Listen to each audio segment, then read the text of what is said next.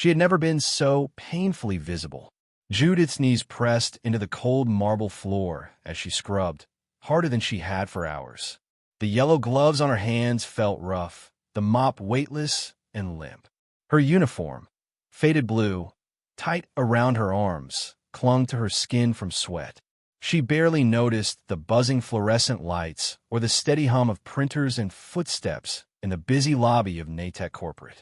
For a week, she'd been nothing but a shadow, a silent blur among suits and hurried conversations. Then the elevator chimed. She didn't look up, though she felt it. A different kind of weight dropped behind her. Somewhere in her spine, something tensed. When she did raise her head, Henry Okafor stood there. Dark suit, posture straight, eyes cold. The kind of eyes that measured worth like a ledger. And she had failed.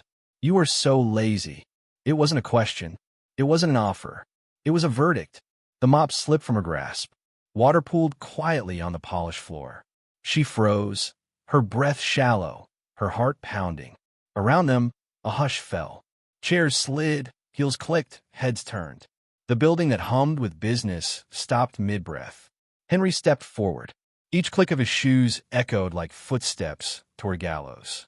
He didn't even glance at the mop. Not at the stain. Just at her. "I've watched you for some days now," he said. Voice low flat. "You irritate me." Confusion jerked across Judith's face.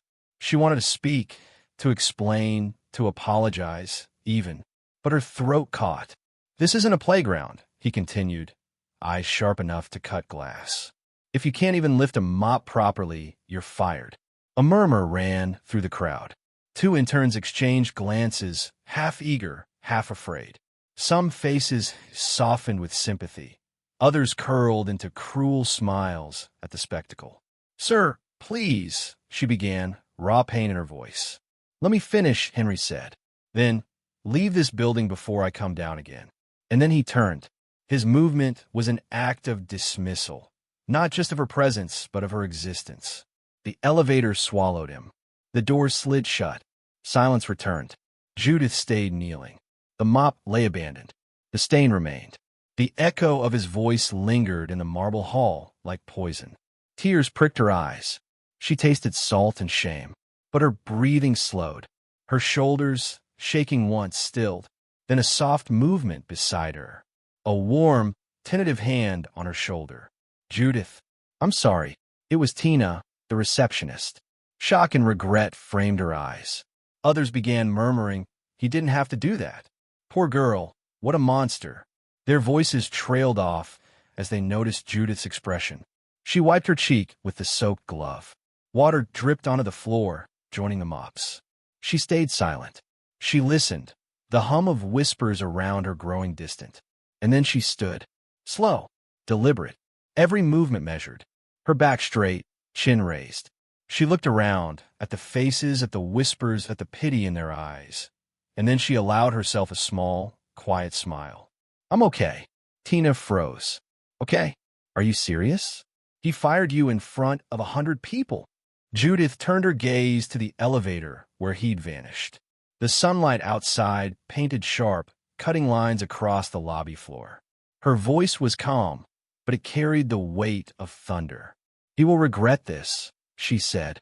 "Very soon, he will kneel and cry in front of me." Silence swallowed the lobby.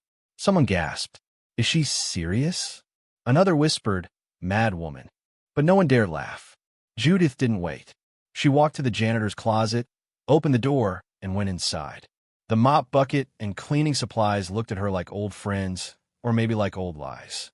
She pulled off the gloves, removed her uniform, folded it carefully.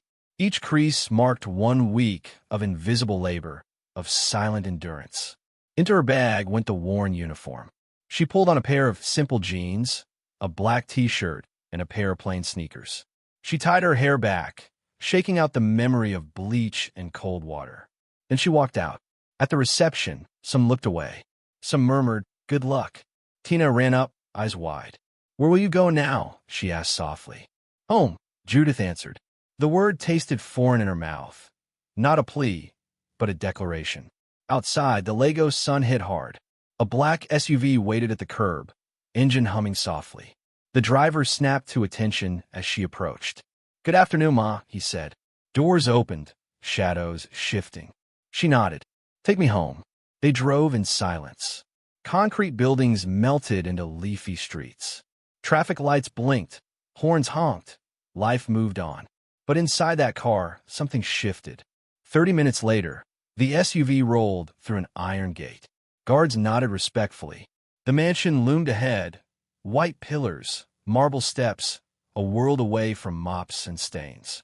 "Welcome home, Miss Judith Anderson," one guard announced. Home. The word felt heavy, full. More than just residence, identity. She walked through halls of polished wood and silent opulence. She climbed marble stairs, past framed portraits and polished floors, until she reached a mahogany desk. Her father's desk. Empty now, but hers again. Her fingers moved with calm precision as she unlocked her phone. Her heart didn't pound. Her breath didn't hitch. She dialed. "Barrister Harrison," said the familiar voice. "Prepare a letter," she said. "To whom, miss?" "To Nate Global." There was a pause, a hell breath on the line. What should the letter say? She rose from the chair, walked to the window, framing the skyline, where Nateka's tower broke the horizon. The city beyond seemed small, insignificant. "Withdraw our 70% share. Effective immediately." Silence. Then a sharp inhale. "That's immense." She didn't flinch, didn't hesitate. Value doesn't matter. Her voice was quiet, controlled. Arrogance doesn't matter. Pride doesn't matter. Her father's old desk, a monument to his legacy, bore witness as she ended the call. Outside, the sun dipped low. Shadows grew long across the manicured lawn. The mansion's gates closed behind her. Somewhere in the city, in a tower of glass and steel, a man would open that letter in the morning and learn he had built his empire atop a foundation of dust. And that dust had just turned to stone. Henry couldn't sleep. The soft hum of the air conditioning unit, the distant pulse of Lagos night lights, all of it pressed against him like a weight. He turned from side to side in the king-sized bed of his penthouse suite, tangled in crisp linen, his mind restless, breath shallow. The mop, the lobby, her kneeling, her silent promise. He will kneel and cry in front of me. At first he treated it like a joke, the bitter joke of a fired cleaner who thought too highly of herself. But now, at midnight, in the darkness, that promise echoed like a memory he couldn't shake. He sat up. The city lights outside the windows were static, alive, and cold. And for the first time, the world inside those windows felt small, fragile.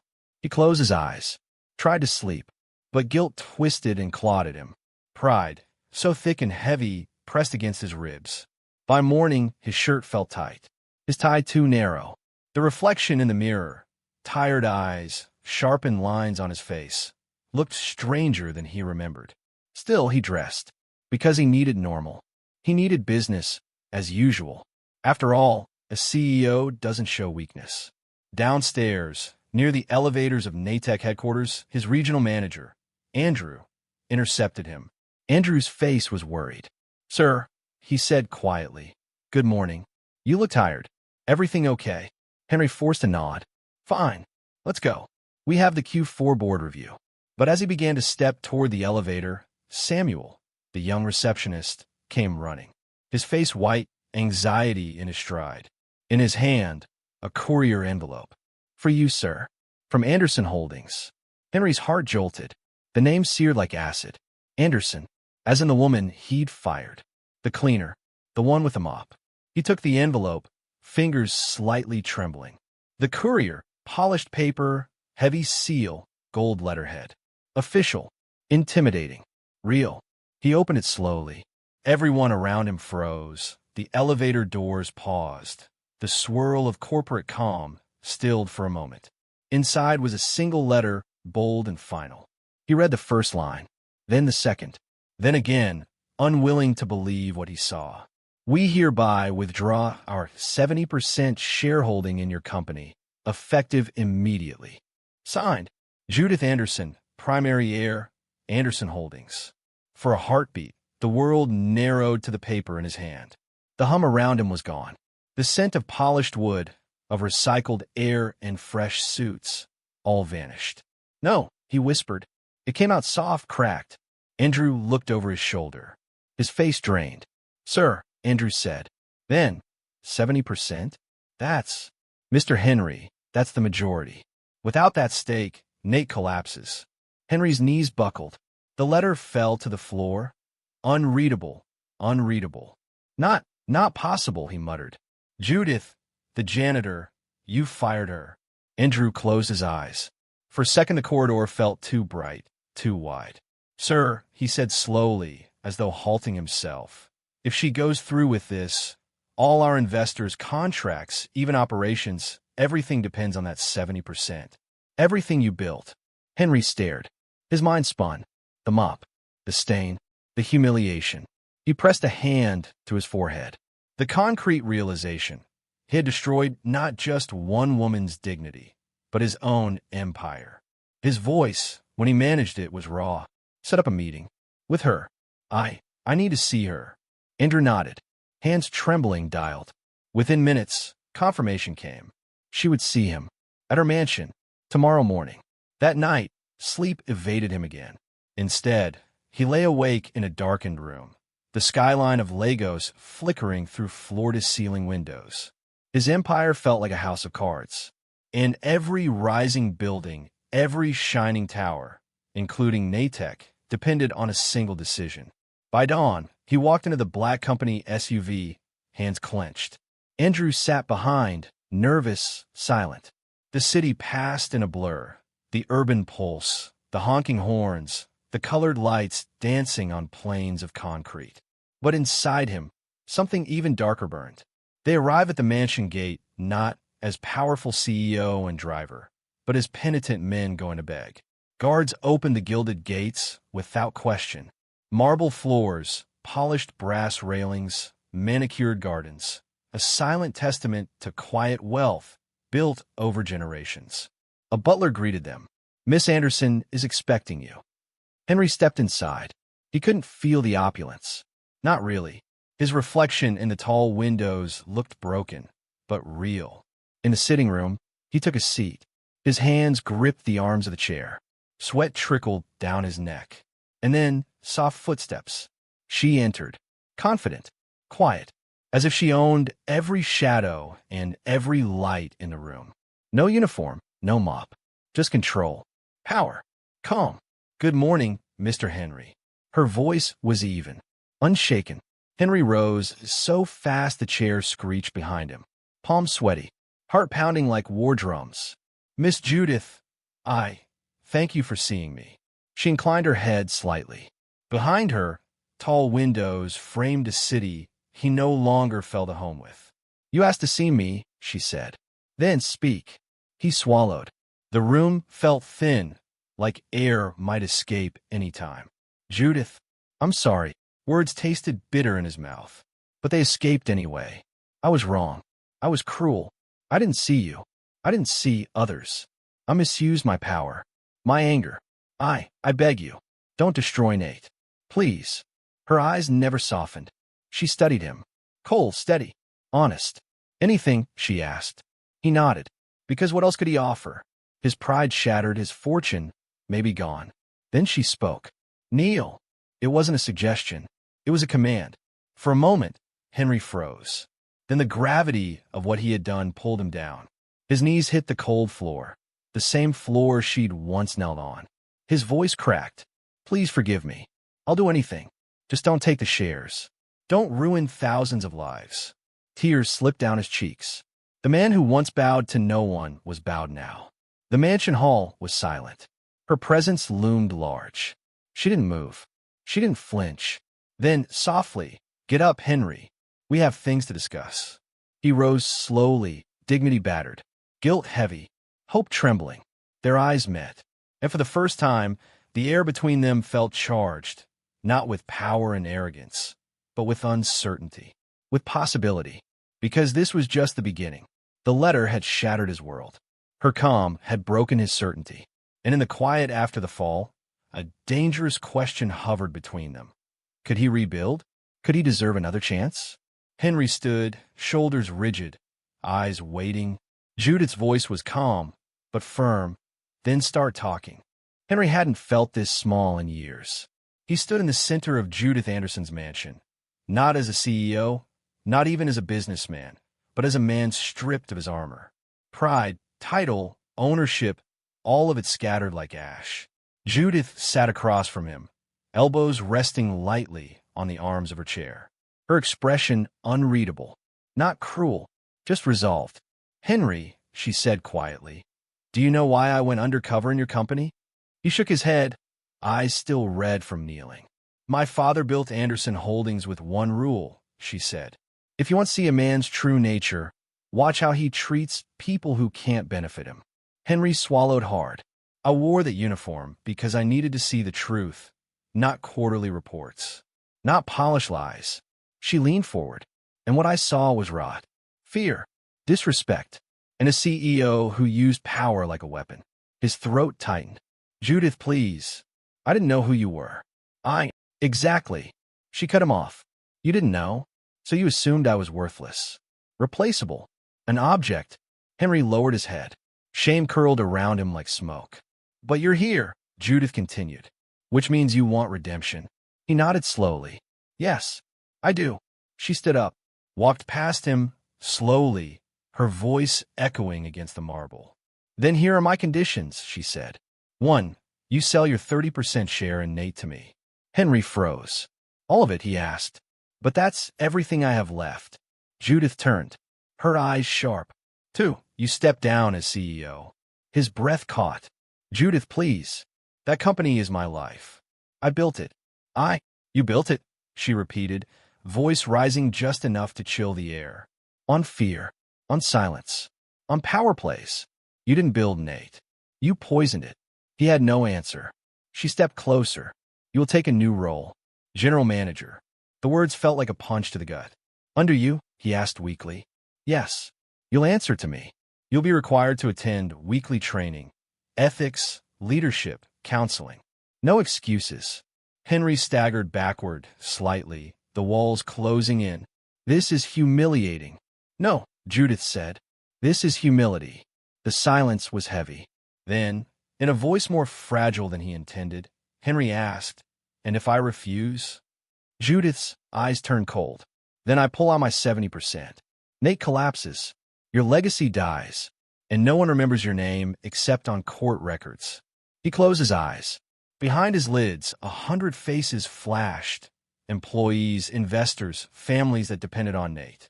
And the memory of her, the woman he tried to control, who now held his future in her hands. He opened his eyes. "I accept," he said softly. Judith didn't smile. She just nodded. "I'll have my legal team prepare the documents," she said. "You'll sign them tomorrow." Henry nodded. "I will." She studied him for a long moment. "Can you change?" she asked quietly. He met her eyes. Honest. Broken. Tired. "Yes," he said. "I want to." Finally, Judith exhaled. A small flicker of something. Not warmth, not forgiveness, but maybe possibility, appeared in her face. Then let the healing begin. 2 days later, the NATEC conference hall was filled to the last chair. Nearly 500 employees gathered, from senior engineers to janitorial staff. Even a media team was there, cameras set, lights bright. Whispers flew through the room like sparks. "Is it true? Henry's not CEO anymore. They say the new owner is coming today. Who is she? Nobody's ever seen her." Henry stood quietly at the side of the room. No longer the man who commanded the stage, but the man watching it. Then, the doors opened. Judith Anderson walked in. Royal blue blazer, fitted black trousers, her hair pulled neatly back. She moved like someone who saw everything and missed nothing. People leaned forward. "She's so young," someone whispered. "She looks powerful," another added. "She used to be a janitor here," a third voice murmured in awe. Judith stepped onto the stage, took the microphone. "Good morning, everyone," she began. Her voice was clear, calm, firm. She didn't shout. She didn't need to. "I know this is a lot to take in," she said. "A new owner. A big change. Fear. Confusion. Rumors. But I want to tell you something important." She paused. "I didn't come here to destroy Nate. I came to save it." Silence. Then slight nods. Curious eyes. For months, I sent silent inspectors into this company, not to spy, but to see the truth. And I found two things: incredible talent and a toxic leadership culture. She let that sit. Some staff looked down. Some shifted uncomfortably. I saw bullying, fear, voices silenced, women disrespected. But I also saw creativity, passion, loyalty. I saw the future, and I knew it was worth saving. Then she turned, looked at Henry. "Mr. Henry, please come forward." He froze. Judith nodded. Henry walked up slowly, quietly. The man who once owned the spotlight now stepped into it as a guest. Judith turned to the crowd. "This man made serious mistakes," she said. "And those mistakes cost him everything. But he chose to stay. He chose to learn, to change." The crowd murmured. "Henry will no longer be your CEO. He no longer owns Nate. But he will stay on as general manager. Because I believe people can change if they truly want to." There was a pause, then a few hesitant claps, then more. Judith added, "He will attend mandatory training. He will be held accountable. And he will work harder than he ever has before." She turned to him. "Now, Mr. Henry, tell them the truth." Henry took the microphone with trembling fingers. He looked out at the room, the faces he once looked down on. "My name is Henry Okafor," he said softly, "and I am not your CEO." The room went still. "I used to think power made me untouchable, that titles made me important.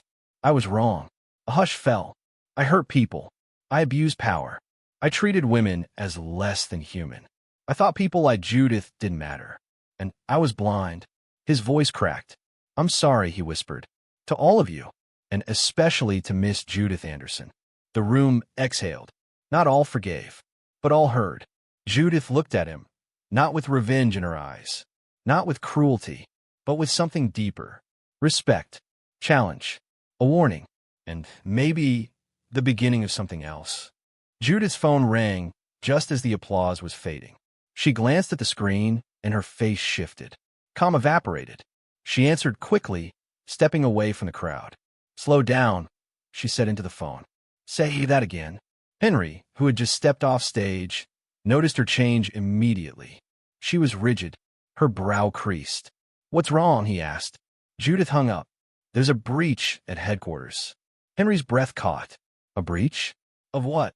Judith turned to him, already moving. "The financial system. Someone's trying to wipe out our internal vaults." His stomach dropped. "That's not random," he said. "It's sabotage." "Yes," Judith agreed grimly. "Deliberate. Someone inside." Henry didn't hesitate. "I'm coming with you." Judith blinked. "You're not even. I helped build that system. I might be the only one who can stop whoever's behind it." She stared at him, and for a split second, she didn't see the old Henry, arrogant and proud. She saw the man who had knelt, the man trying. She nodded once. "Let's go." The SUV sped through the streets of Victoria Island like a storm rolling in from the ocean. Inside, Judith sat in the front seat, phone to her ear, firing off instructions. "Isolate all admin accounts. Lock the vault firewall. Shut down non-essential access." Henry sat behind her, frantically texting Andrew. "Keep the team calm," he wrote. "We'll be there in 15. Andrew's reply came back immediately. "It's bad. The wipe is already 60% complete. Someone used a level 3 access code." Judith twisted in her seat. "Only 4 people have that code." Henry looked at her. "You mean Andrew and Cynthia?" they said at the same time. Judith's eyes narrowed. Cynthia had been Henry's deputy before the collapse, dismissed a month ago for stealing funds. She hadn't taken it well. "She swore she'd ruin Nate," Henry murmured. "But she was bluffing, wasn't she?"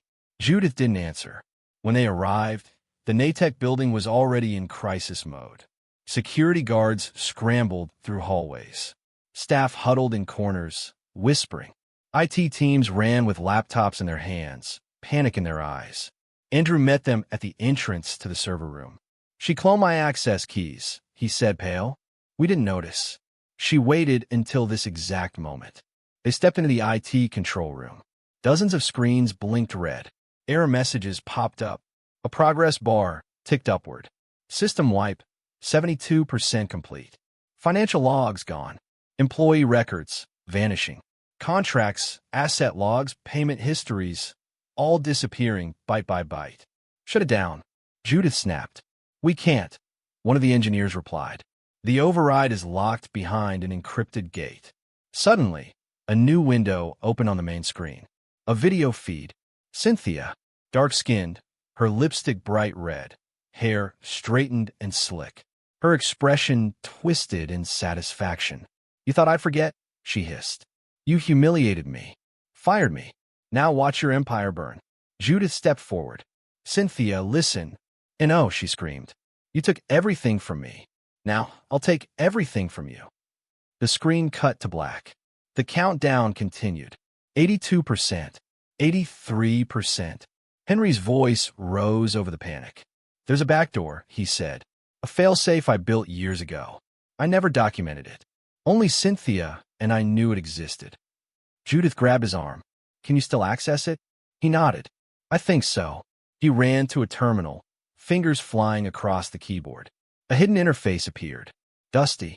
Forgotten. Legacy override. Enter master code. Henry stared at the screen. 16 digits. I haven't used it in 5 years. Judith touched his shoulder. You can do this. He nodded slowly. Then, one by one, he typed. ARBORTAVRSHALOSAKHATONERKMESH. The cursor blinked. Enter. Pause. Then, access granted. System override activated. The screen lit up. The wipe froze at 84%. A cheer erupted across the control room. Engineers hugged each other. Andrew slumped into a chair in relief. Judith exhaled, leaning on the table. But Henry was staring at her, not in victory, not in pride, in awe. You did this, he said quietly. You changed this company. You changed me. Judith looked at him, eyes softer now but guarded.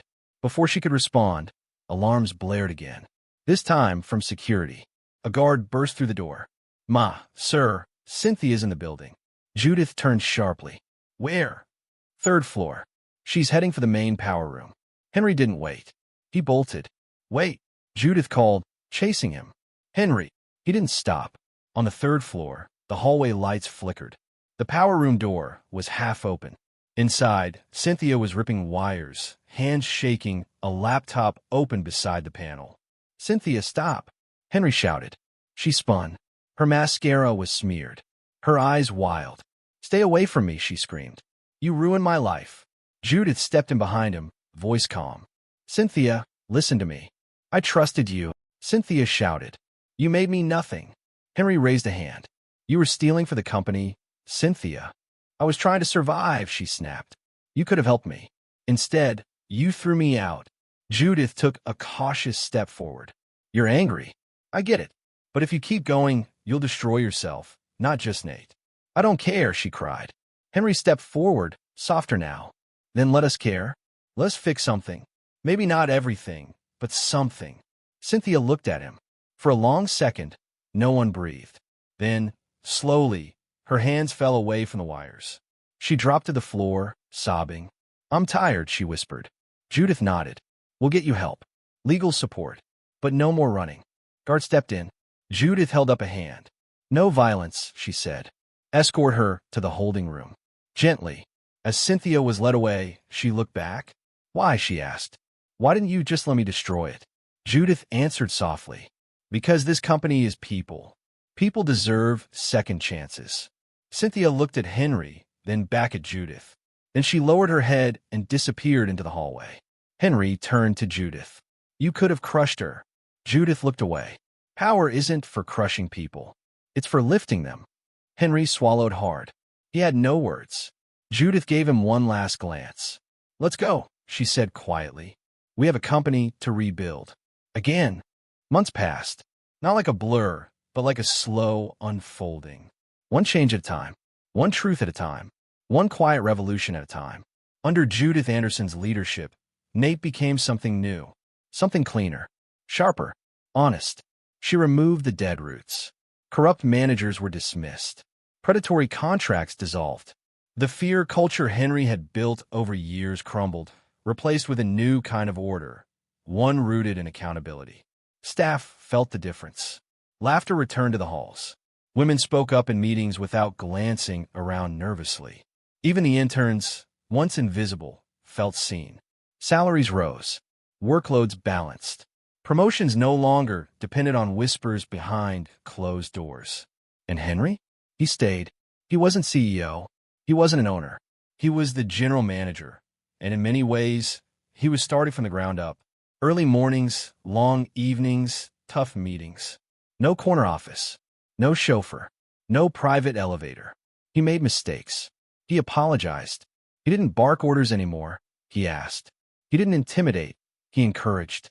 For the first time in his life, Henry Okafor was learning how to be a man without the power he used to abuse. And it didn't break him. It humbled him. And somehow healed him. The year's end arrived with a quiet ceremony. Nate's internal summit, not the grand corporate gala it once was, but a gathering. Real, human, intimate.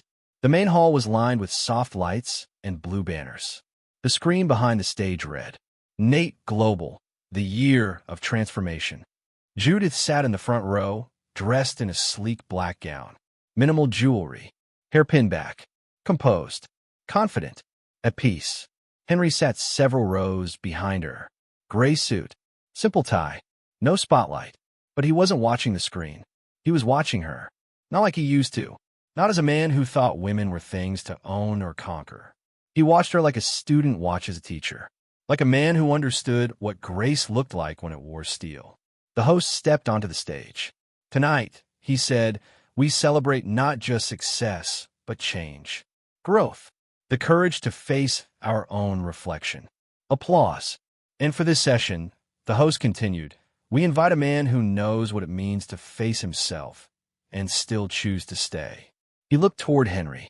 Please welcome Mr. Henry Okafor. The room applauded, not with irony, but with quiet respect. Henry walked to the stage, heart pounding. He took the mic with careful hands. He looked out at hundreds of faces, some of whom he'd once terrified. Good evening, he began, voice steady. My name is Henry Okafor. I stand here not as your CEO, not as a shareholder, just as a man. A soft wave of laughter, not mockery. Warmth. I used to think titles defined me, he continued. That power meant freedom. That I could say and do whatever I wanted because no one could touch me. He paused. Eyes scanned the crowd. I abused that power. I disrespected people, especially women. I was arrogant. I was blind. The room was still. Judith's eyes were locked on him. And then someone made me see the truth, he said. She took everything from me and gave me back something better. He looked directly at Judith. Judith Anderson, he said, his voice soft. You didn't just take my company. You gave me a mirror. And for that, I will always be thankful. She didn't smile, but she didn't look away. Ethical conduct, Henry said, turning back to the crowd, isn't a checklist. It's how you treat people when no one's watching. It's the power you choose not to use, the apology you choose to make, the chance you offer, and the change you fight for. He lowered the mic. The room stood. Applause rose. Not loud, but long and real. Later that evening, Judith lingered in the boardroom after the guests had left. She was organizing files when she heard footsteps behind her. Henry was still there. You're still working? She asked without looking up. Just finishing up the logistics report, he said. She looked up. You've changed. He gave a weak smile. Trying. You're doing well. He hesitated. Judith, he said. She turned, curious. I wanted to say something, he said slowly. Back when the breach happened, and we stopped it together. I almost said it then, but I wasn't ready. She waited. I think, he paused, then exhaled. I think I'm falling in. Before he could finish, another alarm blared in the distance. Security stormed in. Ma'am, sir, Cynthia has broken into the building. Both Judith and Henry turned at once. Where is she? Judith asked sharply. Third floor. Power room again. Henry didn't wait this time. He ran. They reached the third floor, breathless. Cynthia stood inside the room, hands shaking, wires in her hands, laptop open. You didn't think I'd stop, did you? She said, tears in her eyes. Judith stepped forward. Don't do this. I gave everything to Nate. Cynthia cried. You all just moved on. Henry approached slowly. We didn't forget. But you can't keep hurting everyone. Cynthia's hand trembled over the keyboard. You gave me nothing. Judith spoke gently. Then take something now. Take help. I don't want help, Cynthia sobbed. I want revenge. Henry said quietly. Revenge leaves you empty. I know. I lived it. Cynthia stared at them. Then, finally, she dropped the wires. Judith signaled to security. Take her. But don't hurt her. And don't shame her. She's still human. Cynthia was escorted away, still crying. Henry turned to Judith. You could have destroyed her. She shook her head. But what would that prove? Henry stared at her. You've changed everything here, he said softly. Judith met his gaze. You helped, she said, then paused. You changed too. A long silence. Then, without thinking, Henry reached out and touched her hand. She didn't pull away. Weeks later, Nate soared higher than ever. Investors returned. Contracts doubled. The company had become more than a tech firm. It became a model, a standard, a symbol. But the real story wasn't in the profits. It was in the people. In the janitor who became the CEO. In the tyrant who became a student. In the broken who chose healing. And in one simple truth that echoed through every hallway. Power wasn't for control. It was for change.